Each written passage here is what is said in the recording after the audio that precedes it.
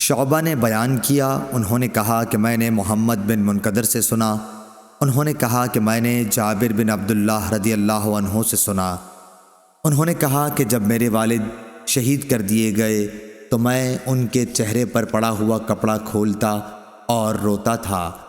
دوسرے لوگ تو مجھے اس سے روکتے تھے، لیکن نبی کریم صلی اللہ علیہ وسلم کچھ نہیں کہہ رہے تھے۔ آخر میری چچی فاطمہ رضی اللہ عنہا بھی رونے لگیں تو نبی کریم صلی اللہ علیہ وسلم نے فرمایا کہ تم لوگ رو یا چپ رہو، جب تک تم لوگ میت کو اٹھاتے نہیں، ملائکہ تو برابر اس پر اپنے پروں کا سایہ کیے ہوئے ہیں۔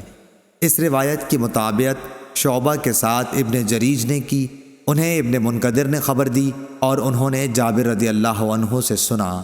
صحیح بخاری حدیث نمبر 1244۔